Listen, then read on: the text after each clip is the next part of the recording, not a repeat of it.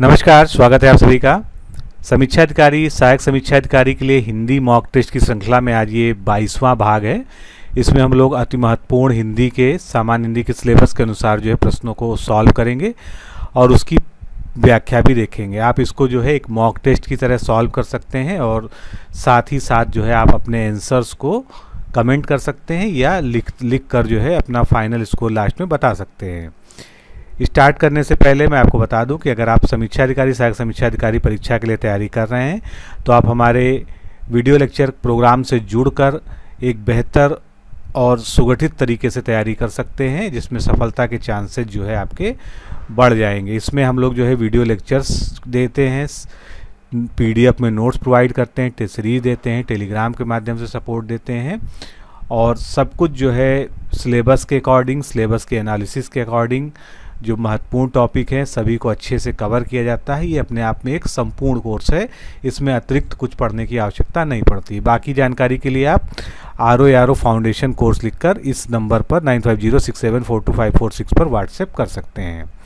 चलिए शुरू करते हैं। आज का पहला प्रश्न देखते हैं।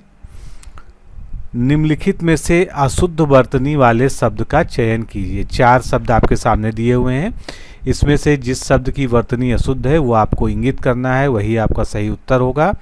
तो एक एक करके ध्यान से देखेंगे। सबसे पहले हम शुरुआत करते हैं नीचे से। वांग्मय बिल्कुल ठीक तरीके से लिखा हुआ है। ज्योत्सना ठीक लिखा है क्या? बिल्कुल सही लिखा है। इसमें आधा ता और आधा सा होता है, हमेशा ध्यान रखिएगा। इसके बाद सोचनीय बिल्कुल ठीक लिखा। भास्कर शब्द जो है यहाँ पर गलत लिखा है। भास्कर की सही वर्तनी क्या होनी चाहिए थी? भास्कर इस प्रकार से लिखा गया होता तो बिल्कुल ठीक होता। तो इस तरह से भास्कर जो है इस प्रश्न का सही उत्तर है। अगला प्रश्न देखेंगे। इनमें से एक शब्द जो है शुद्ध है। 3 शब्द अशुद्ध हैं, एक ही शब्द इसमें शुद्ध है, वो आपको बताना है। आंख देख रहे हैं आप, गलत है क्योंकि यहाँ पर क्या है, इस पे जो है चंद्र बिंदु लगना चाहिए था। विश्वभर गलत है, राजन भी गलत लिखा है। सही शब्द केवल इसमें से प्रतिच्छाया है। डी ऑप्शन हमारा जो है बिल्कुल करेक्ट है। अब देख लेते हैं क्या क्या गलतियां हैं। अगर आँख की बात करते हैं तो आँख कैसे लिखते हैं? आँख सही इस प्रकार से लिखते हैं। राजन में ना के नीचे हलंत आना चाहिए, एक संस्कृत शब्द है तो ये इसका शुद्ध रूप हो गया। और विशंभर ना लिख के विश्वंभर लिखते हैं, इसमें आधा माँ भी आएगा। तो इस तरह से ये शुद्ध वर्तनी इसकी हो जाएगी। अगला प्रश्न देखते हैं। इसमें से एक वाक्य अशुद्ध है, चारों वाक्यों में से उसको आपको पहचानना है। तो चारों वाक्यों में से जो वाक्य अशुद्ध है उसको आपको पहचानना है। सबसे पहले मैंने आपको कई बार बताया है कि वाक्य एवं वर्तनी शुद्धि में जब वाक्य शुद्धि का प्रश्न आए तो इसमें पहले वर्तनी की अशुद्धि ढूंढनी चाहिए। अगर वर्तनी की अशुद्धि आपको मिल गई तो आपको पूरे वाक्य को ध्यान से अच्छे से समझना नहीं पड़ेगा। तो आप पहले सारे शब्दों को देखिए कि कोई शब्द ऐसा है जो वर्तनी की दृष्टि से गलत लिखा है, तो आप जो है इसमें सही उत्तर क्या पा जाएंगे? देहिक शब्द गलत लिखा है। देहिक सही कैसे लिखा जाता है? दैहिक, ना कि देहिक। तो इसी तरह से सीधा सीधा आपका उत्तर आपको मिल गया। सी ऑप्शन आपका करेक्ट हो गया। बाकी जो है आपको कुछ ज़्यादा ढूंढने की आवश्यकता नहीं है। सबसे पहले आपको वर्तनी की अशुद्धि को ही ढूंढना चाहिए वाक्य के अंदर। अगला प्रश्न। इसमें से एक शुद्ध वाक्य का चयन करना है। चारों ऑप्शंस को ध्यान से देखिए। शुद्ध वाक्य कौन सा है इसमें से? परीक्षा की प्रणाली बदलना चाहिए, गलत है, इसमें लिंग संबंधी शुद्धि है। आप हमसे नहीं बोलो, ये भी गलत है। धन के रहित जीवन व्यर्थ है, ये भी गलत है। सही क्या है? वह सकुशल अपने घर पहुंच गया। बाकी में क्या गलतियां हैं, कैसे इसको सही करना है? तो पहला वाक्य था परीक्षा की प्रणाली बदलना चाहिए, तो बदलना की जगह क्या होनी चाहिए थी? बदलनी चाहिए, तो तब ये सही हो जाता। फिर विकल्प बी था हमारा आप हमसे नहीं बोलो, तो आप हमसे की जगह क्या होना चाहिए? आप मुझसे ना बोलें। फिर सी ऑप्शन देखते हैं। धन के रहित की जगह क्या हो जाएगा? धन से रहित। धन के रहित की जगह धन से रहित जो है शुद्ध होना चाहिए था। अगला प्रश्न। वर्तनी की दृष्टि से एक अशुद्ध शब्द इसमें से कौन सा है? चारों शब्दों को ध्यान से पढ़िए। वर्तनी पहचानने में जो है बहुत ही सूक्ष्मता से जो है देखना पड़ता है। तो अशुद्ध वर्तनी वाला शब्द इसमें से कौन सा है ये आपको बताना है। आस्तीन ठीक लिखा हुआ है, द्रवोभूत भी सही लिखा है, सांसारिक भी ठीक लिखा, विद्यार्थी गण गलत लिखा है। जब इस तरह से जो है संधि होती है, समास होता है, तो जो है जो विद्यार्थी का जो बड़ा था बड़ी की मात्रा थी वो छोटी की मात्रा में परिवर्तित हो जाती है, यानी शुद्ध वर्तनी क्या हो जाएगी हमारी, विद्यार्थीगण। ये सही जो है वर्तनी इसमें हो जाएगी। अगला प्रश्न, शुश्रूषा, ये शब्द लिखा हुआ, इसकी सही वर्तनी क्या है। बहुत ही क्लोज ऑप्शंस इसमें आपको दिए गए हैं, इसी तरह से एग्जाम में भी आते हैं। तो इसका सही उत्तर आपको चुनना है कि शुश्रूषा का सही शब्द क्या है। तो इसका सही शब्द क्या है, ए ऑप्शन इसमें करेक्ट होगा। अच्छे से ध्यान कर लीजिए इसको जो है, और ऐसे शब्दों की लिख के हमको प्रैक्टिस करनी चाहिए जिससे एग्जाम में आप कंफ्यूज ना हो। अगला प्रश्न देखेंगे, तद्भव से तत्सम बने सही शब्द युग्मों को चिन्हित कीजिए। यानी तद्भव और तत्सम के जोड़े दिए हैं, इसमें से सही जो है वो आपको बताना है। गोद का क्रोध गलत है, घी का घृत गलत है, भतीजा का भारतज्य गलत है। सही क्या है, पुरुषार्थ का पुरुषार्थ। ए ऑप्शन हमारा बिल्कुल सही है। बाकी में जो गलतियां हैं उनको हम पकड़ते हैं अब। भतीजा का क्या होना चाहिए, तत्सम भ्रातृज्य, ये शब्द सही होता है। घी का घृत होता है और गोद का जो है सही तत्सम क्रोध होता है। अगला प्रश्न, सिंघाड़ा का तत्सम रूप क्या है। यहाँ पर तत्सम रूप क्या है ये आपको बताना है। तो सिंघाड़ा एक तद्भव शब्द है, आप जानते हैं, हिंदी का काफ़ी प्रचलित शब्द है। तो सिंघाड़ा का आपको तत्सम रूप बताना है। तत्सम रूप इसका क्या हो सकता है ये आप देख लीजिए, इसमें से चारों ऑप्शंस को ध्यान में रखकर। तो इसका सही रूप हो जाएगा श्रृंगाटक। बी ऑप्शन हमारा यहाँ पर सही होगा, सिंघाड़ा का श्रृंगाटक हो जाएगा। और श्रृंगार जो है ये सिंगार का जो है तत्सम रूप होता है। इसी तरह से श्रृंखला जो है ये सिकड़ी का तत्सम रूप होता है, और श्रृगाल जो है ये सियार का तत्सम रूप होता है। अगला प्रश्न, सीधा का तत्सम रूप इसमें से क्या है। सीधा का तत्सम रूप इसमें से क्या हो जाएगा, चारों को ध्यान से देखिए, सिद्ध, साधु, सरल, सुघट। सही ऑप्शन हमारा क्या है, सही ऑप्शन हमारा है सिद्ध। ए ऑप्शन हमारा जो है यहाँ पर बिल्कुल करेक्ट है। साधु शब्द दिया था, ये साहू का तत्सम हो जाता है। सुघट जो है सुघड़ का तत्सम रूप होता है, तो इनको भी आपको ध्यान रखना चाहिए। अगला प्रश्न, षंड का तद्भव शब्द क्या है। षंड का तद्भव शब्द इसमें से आपको बताना है। तो षंड क्या है, एक तत्सम है, निश्चित रूप से जो है संस्कृत का शब्द है, तत्सम शब्द है। इसका तद्भव रूप क्या हो जाएगा, सांड। डी ऑप्शन हमारा यहाँ पर करेक्ट होगा।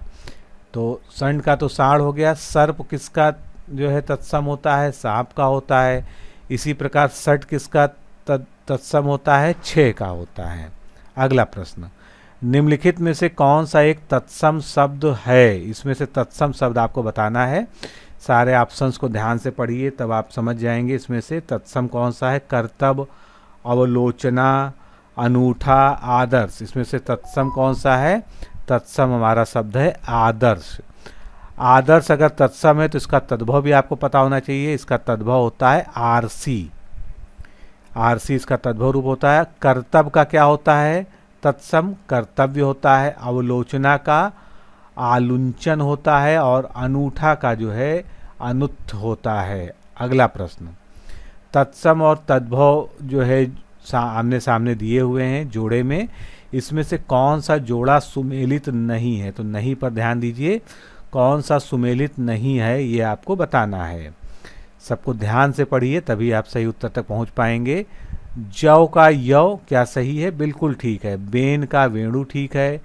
थोड़ा का स्तोक ठीक है। खंभा का खात नहीं होता है। खंभा का क्या होता है, खंभा का तत्सम रूप जो है स्तंभ होता है, ना कि खात। बाकी सभी सुमेलित थे ही। अगला प्रश्न देखेंगे, जीवन के एक अंश को लिखा गया प्रबंध काव्य क्या कहलाता है। इसके लिए एक शब्द का, एक उपयुक्त शब्द का आपको जो है चयन करना है। तो जीवन के एक अंश के लिए अगर कोई प्रबंध काव्य लिखा गया है तो उसको हम लोग क्या कहते हैं, उसको हम लोग खंड काव्य कहते हैं।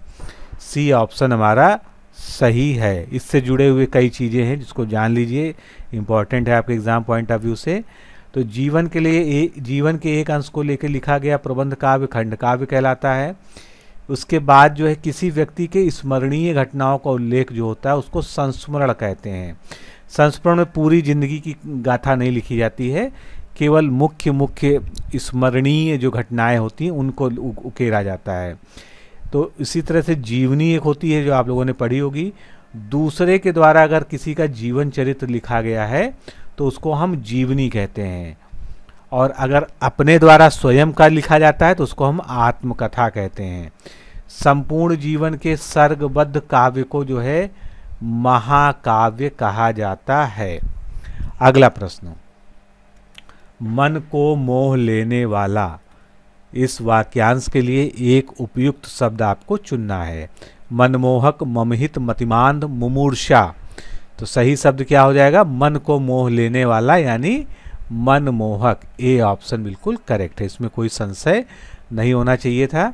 जिसके हृदय को चोट पहुंची हो वो होता है ममहित या मर्माहत भी कहते हैं उसको। फिर मतिमंद होने की अवस्था जो होती है उसको हम मतिमांद कहते हैं। और मर जाने की जिसको कामना होती है, जो व्यक्ति मरने के लिए आतुर होता है, उस कामना को हम जो है मुमूर्षा कहते हैं। और जो व्यक्ति इसकी कामना करता है उसको मुमूर्षु कहते हैं। अगला प्रश्न, जो बढ़ रहा हो उसके लिए एक उपयुक्त शब्द क्या है? जो बढ़ रहा हो उसके लिए एक शब्द क्या है? वर्धमान। डी ऑप्शन सही है। लंबोदर किसका नाम है? गणेश जी का नाम है। तो जो बढ़ रहा हो उसको लिए एक शब्द वर्धमान है। वह स्त्री या मादा पशु जो संतानें उत्पन्न करने में अक्षम हो उन्हें हम बंध्या कहते हैं। लंबे या मोटे पेट वाले या उदर वाले को लंबोदर कहते हैं, जो कि भगवान गणेश का एक पर्यायवाची या एक अन्य नाम है। फिर कुछ लाभ पाने की चाह जो होती है, लालसा जो होती है, उसको हम लिप्सा कहते हैं। मतलब लाभ पाने की चाह जो एक भाव है उस भाव को हम लिप्सा कहते हैं। अगला प्रश्न, जो एक जगह से दूसरी जगह ना ले जाया जा सके उसके लिए एक शब्द क्या हो जाएगा? एक जगह से दूसरी जगह ना ले जाया जा सके उसके लिए एक शब्द हो जाएगा स्थावर। बी ऑप्शन जो है हमारा करेक्ट होगा। यानी स्थावर को हम जड़ भी कह सकते हैं, जो एक ही जगह पर स्थिर हो। फिर संचित ऑप्शन में था, संचय किया हुआ संचित हो जाएगा। जो स्वयं से उत्पन्न होता है उसको स्वयंभू कहते हैं। ज़्यादातर भगवान के लिए ये शब्द प्रयोग किए जाते हैं। इसके अलावा जो सभी कार्य अपने भरोसे से करता हो उसको हम स्वावलंबी कहते हैं। अगला प्रश्न देखेंगे, हृदय का विदारण करने वाला दृश्य। ऐसा दृश्य देखना जिससे हृदय विदरित हो जाए, हृदय फट जाए। विदारण मतलब होता है फटना या विदीर्ण हो जाना, इसको कहते हैं। तो हृदय का विदारण करने वाला दृश्य, इसके लिए एक उपयुक्त शब्द आपको इसमें से चुनना है। काफ़ी प्रयोग होता है शब्द, उसे क्या कहते हैं हम जो है उसे हम कहते हैं हृदय विदारक कहते हैं। ये घटना इतनी बीभत्स सी, इतनी हृदय विदारक थी। अगला प्रश्न देखेंगे, दोबारा जन्म लेने वाला, यानी जो दो बार जन्म लेता है या दोबारा जिसने जन्म लिया हो उसके लिए एक शब्द क्या हो जाएगा? उसके लिए एक जो है उपयुक्त शब्द है वो है द्विज। बी ऑप्शन यहाँ पर हमारा करेक्ट होगा। बाकी ये सब मिलते जुलते शब्द हैं लेकिन आपको इनमें कंफ्यूज नहीं होना है। तो दोबारा जन्म लेने वाले के लिए एक शब्द है द्विज। द्विज एक अनेकार्थी शब्द है जिसके बहुत सारे अन्य अर्थ भी होते हैं, इसको जान लीजिए। ये पर्यायवाची में आपकी मदद करेगा। तो द्विज का पक्षी का भी समानार्थी होता है, दांत का समानार्थी होता है। द्विज का एक अर्थ ब्राह्मण होता है, यानी ये ब्राह्मण का भी पर्यायवाची है, और गणेश जी का भी ये पर्यायवाची शब्द है। तो ये भी आपको जो है जानना चाहिए। अगला प्रश्न, अकाल का विलोम क्या है? अकाल का विलोम देखिए चारों ऑप्शंस को, दीर्घकाल, सुकाल, वर्तमान या निवर्तमान। तो इसमें से सही उत्तर क्या हो जाएगा? अकाल का विलोम हो जाएगा सुकाल। बी ऑप्शन हमारा यहाँ पर करेक्ट है। वर्तमान का विलोम जो है निवर्तमान हो जाएगा, और दीर्घ काल जो शब्द दिया था उसका विलोम हो जाएगा लघु काल। अगला प्रश्न, लब्ध। लब्ध का विलोम शब्द क्या है? लब्ध का मतलब क्या होता है? प्राप्त करना। और विलोम यानी जो प्राप्त हुआ हो उसको हम लब्ध कहते हैं, तो उसका विलोम क्या हो जाएगा? दिया हुआ यानी प्रदत्त। तो ए ऑप्शन जो है यहाँ पर हमारा बिल्कुल करेक्ट है। तो प्रदत्त का विलोम जो है लब्ध हो जाएगा। फिर जारज शब्द दिया था आपके ऑप्शंस में, जारज का विलोम क्या होता है? औरस होता है। स्थूल का विलोम सूक्ष्म होता है और मसृण का विलोम जो है रुच होता है। ये सभी महत्वपूर्ण शब्द हैं जो पहले पूछे भी जा चुके हैं। अगला प्रश्न, निम्नलिखित में विलोम की दृष्टि से सही युग्म नहीं है। कौन सा युग्म गलत है विलोम की दृष्टि से, ये आपको पता लगाना है। तो विलोम की दृष्टि से गलत युग्म इसमें क्या हो जाएगा?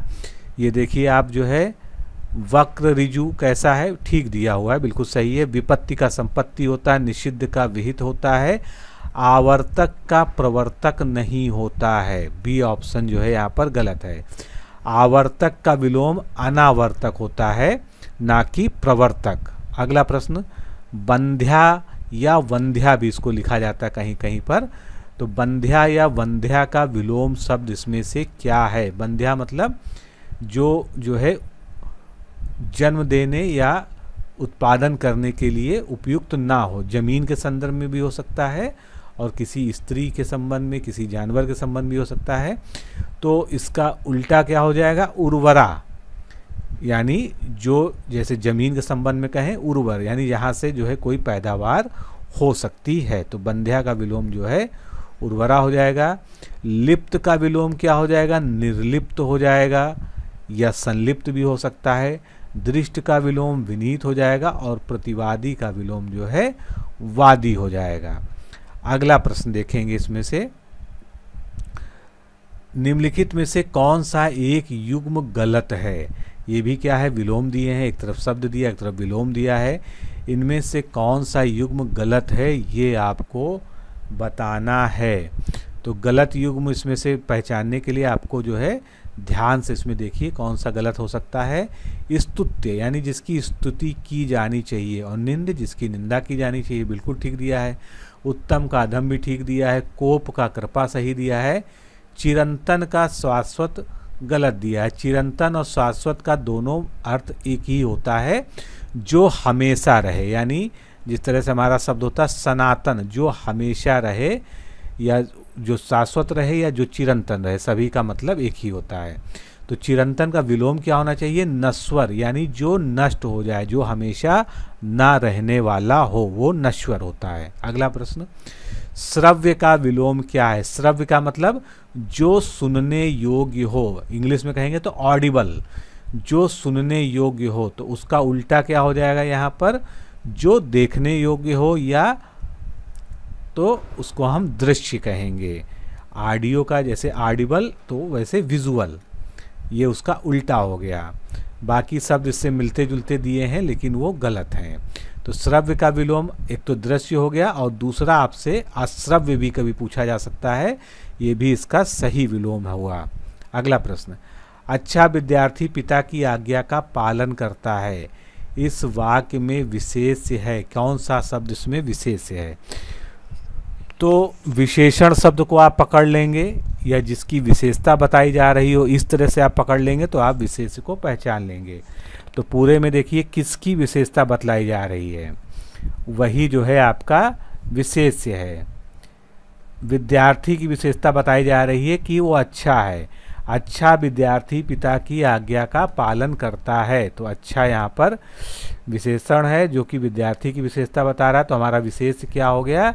विद्यार्थी हमारा विशेष हो गया, और अच्छा शब्द यहाँ पर विशेषण हो गया। अगला प्रश्न, एक शब्द इसमें से विशेष नहीं है, यानी तीन इसमें से विशेषण दिए हैं, सॉरी एक विशेषण है, तीन विशेष दिए हुए हैं। तो इसमें से कौन सा विशेष नहीं है ये आपको बताना है।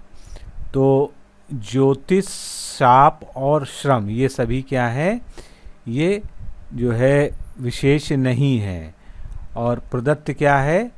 ये जो है विशेषण है। तो प्रदत्त एक विशेषण है, इसका विशेष क्या हो जाएगा, प्रदान हो जाएगा। बाकी जो युग्म दिए थे वो सब विशेष्य थे, वो कौन से थे, तो बाकी विकल्पों को देख लेते हैं। ज्योतिष का ज्योतिषी हो जाएगा, शाप का शापित हो जाएगा विशेषण, और श्रम का श्रमिक हो जाएगा। इसमें से एक विशेष शब्द है, कौन सा विशेष शब्द है वो बताना है।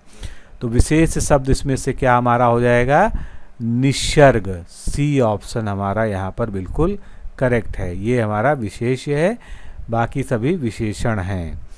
तो बाकी जो विशेषण दिए थे, पहले तो निसर्ग के बारे में जान लिए। निसर्ग का विशेषण क्या हो जाएगा, नैसर्गिक हो जाएगा।